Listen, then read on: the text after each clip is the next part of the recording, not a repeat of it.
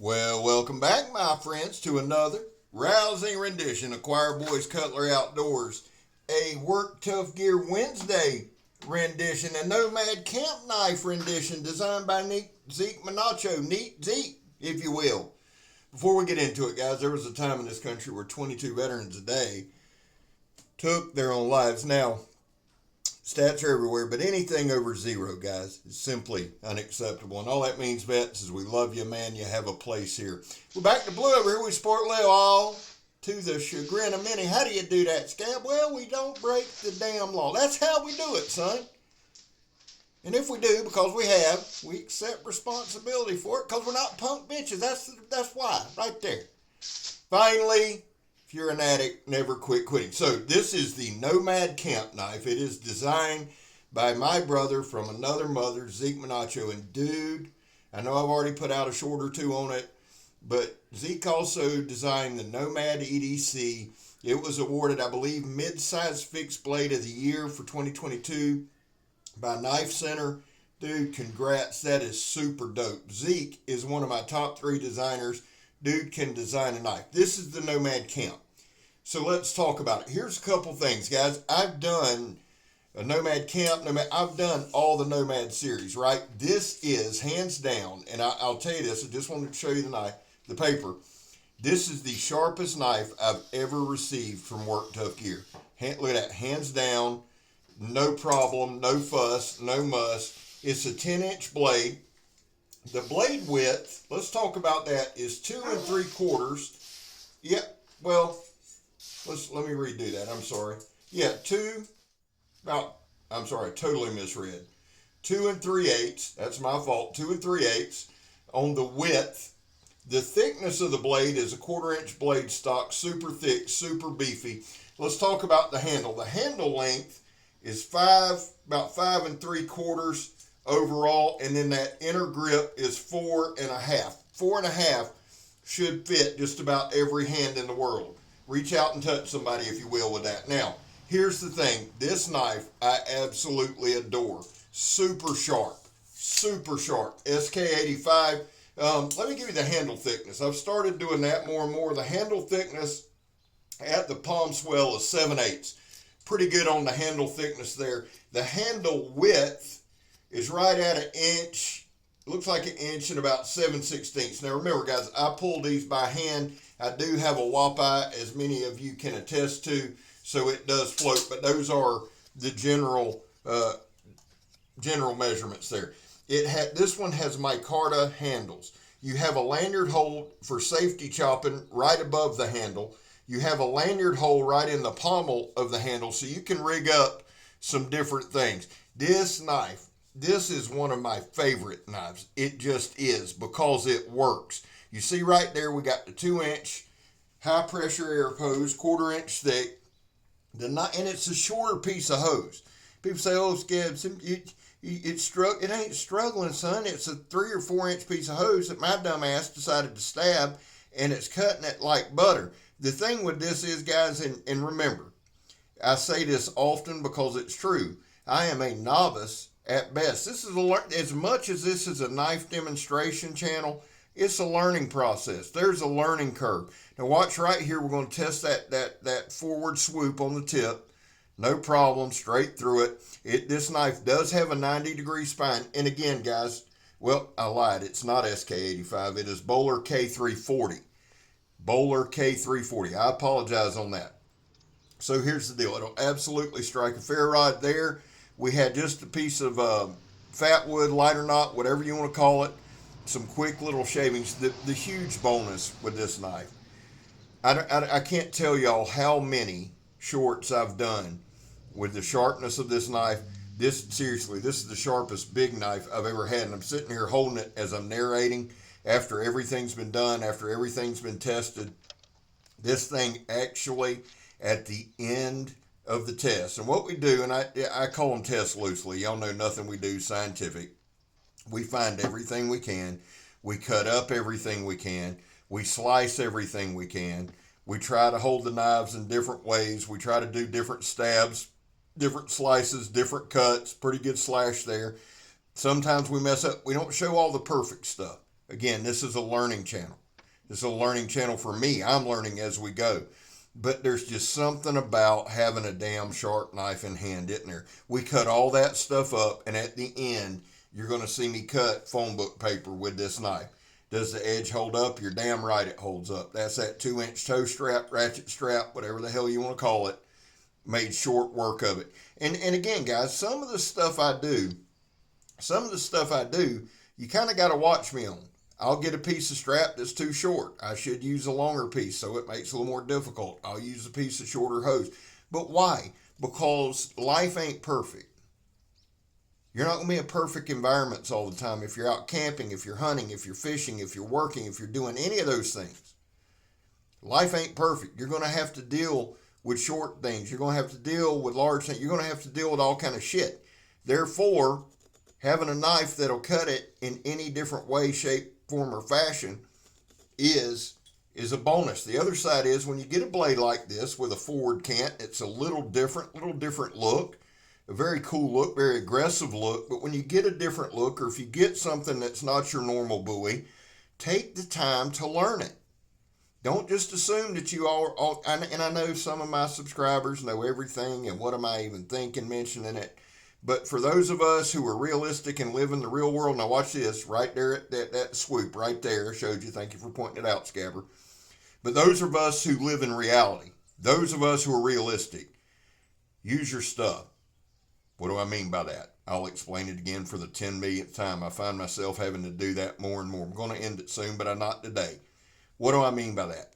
If you buy something for a specific purpose and you never use it, it's worthless.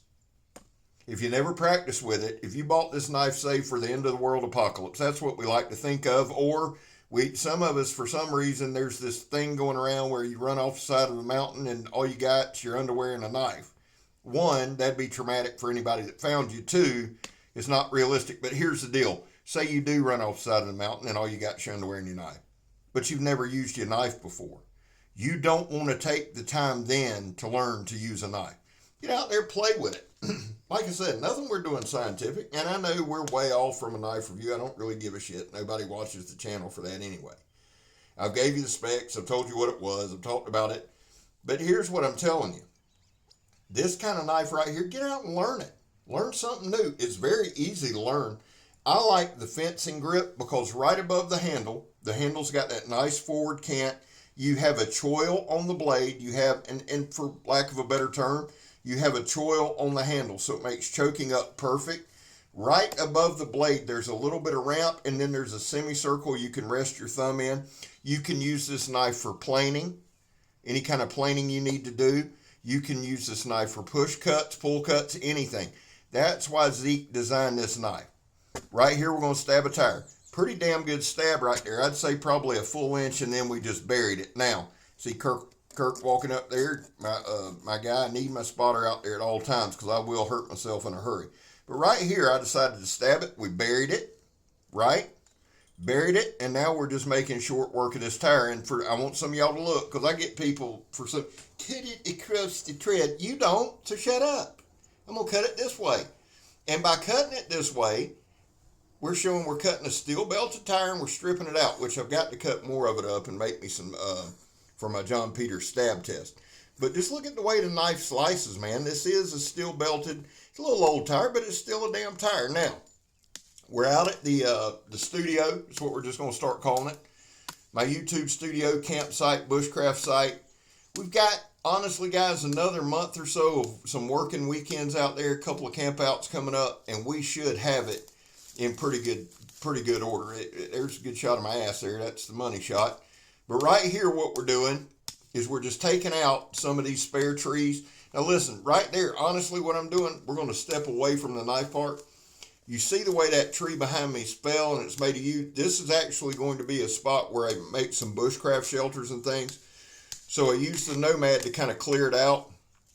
And the thing I like about the Nomad Camp is a great blade size. I like that 10-inch blade. I was going to give y'all a cutting edge on it. I didn't forget. I just forgot to. Here's the deal. Again, 1/4 inch thick. I'm pulling it while I'm talking to you. Okay, 10-inch blade, about a 9-inch cutting edge. Now, The thing I like about it is it gives you plenty of pop. That forward cant really contours. And again, guys, a 4.5 inner grip. That inner grip, the inner part of the handle, 4.5 seriously will fit most of the people in the world. The thing about it is, it's micarta handle scales, so it's supremely comfortable. Right here, a lot of times guys will ask me, Scab, is there any shock? Not really. Even doing that right there. I'm the worst batoner in the world. You'll see I've sunk it all the way about to the choil. I broke my baton. That's okay. A lesser reviewer would have gave up. That's not what we do here. We powered through. But the thing about that 10-inch blade is it hits hard, but at the same time, it's very, very manageable. And I've said it a million times. I'll say it a million more.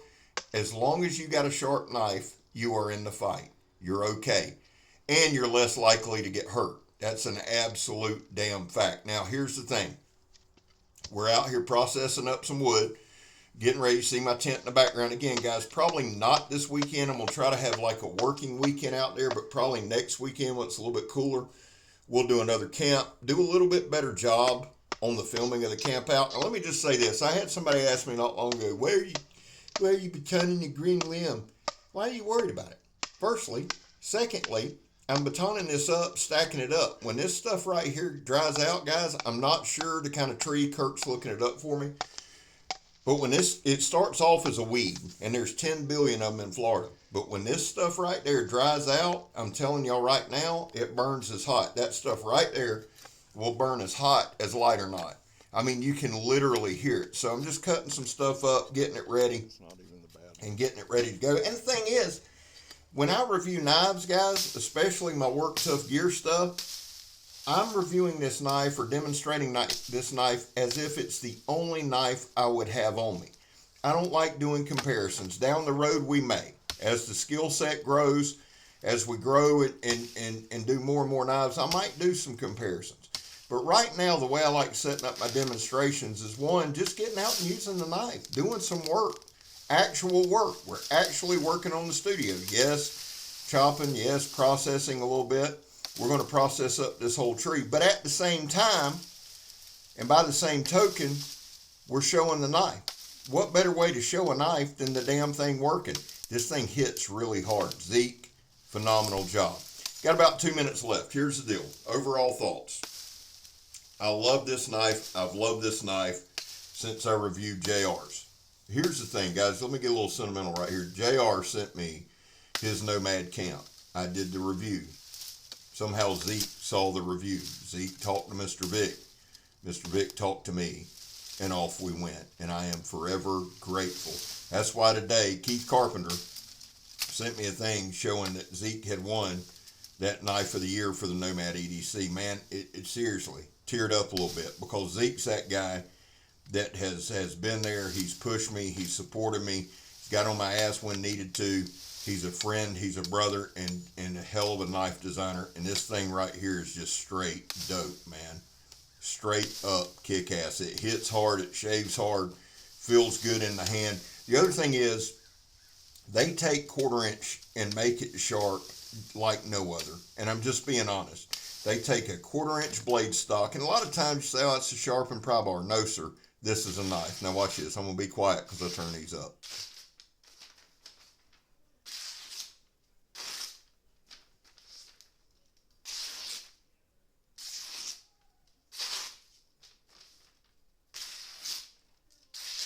Guys, that's damn impressive for chopping and processing and slicing all that wood, cutting up a tire. I don't care who you are, son. That is impressive as hell. Now, we're going to come back and cut. Yeah, thank you, Scab. Thank you for agreeing with me. We're going to come back and cut our printer paper like we would normally. And it's just, dude, the edge on these things are sick. Of course, right there, I screwed it up. Guys, listen, I love y'all. God knows I do. Zeke, brother, congrats, man. Phenomenal knife, and just congratulations. Mr. Big, love you. Congrats on some phenomenal knives. Happy Work Tough Gear Wednesday. I'm Scab. You're not. I'm gone, son.